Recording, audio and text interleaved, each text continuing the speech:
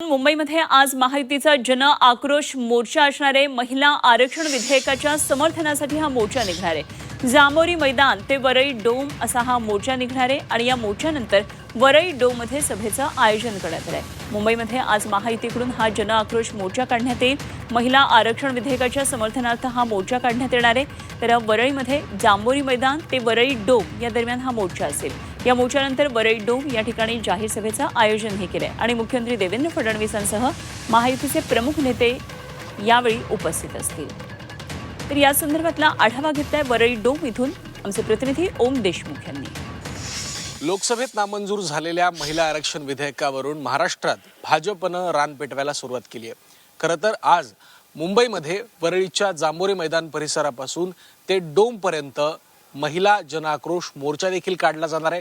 स्वतः मुख्यमंत्री या मोर्चाला उपस्थित राहणार आहेत आणि यानंतर डोमच्या याच सभागृहात जिथे मी सध्या उभा आहे एका भव्य सभेचं आयोजन देखील करण्यात आलेलं आहे।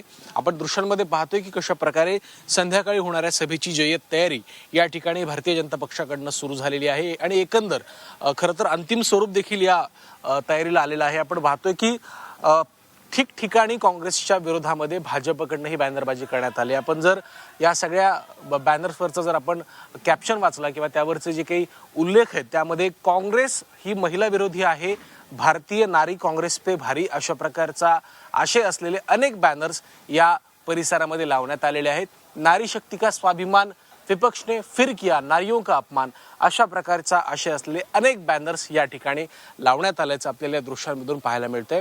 संध्याकाळी 6:30च्या सुमारास या ठिकाणी सभेला प्रत्यक्ष सुरुवात होईल आणि यानंतर राज्याच्या मुख्यमंत्र्यांसह महत्त्वाचे जे महायुतीचे नेते आहेत ते या सभेच्या माध्यमातून नेमकं काँग्रेसवरती काय टीका टिप्पणी करतायत हे देखील पाहणं तितकंच महत्त्वाचं असणार आहे। ओमप्रकाश केवटसह मी ओम देशमुख, झी मीडिया, मुंबई।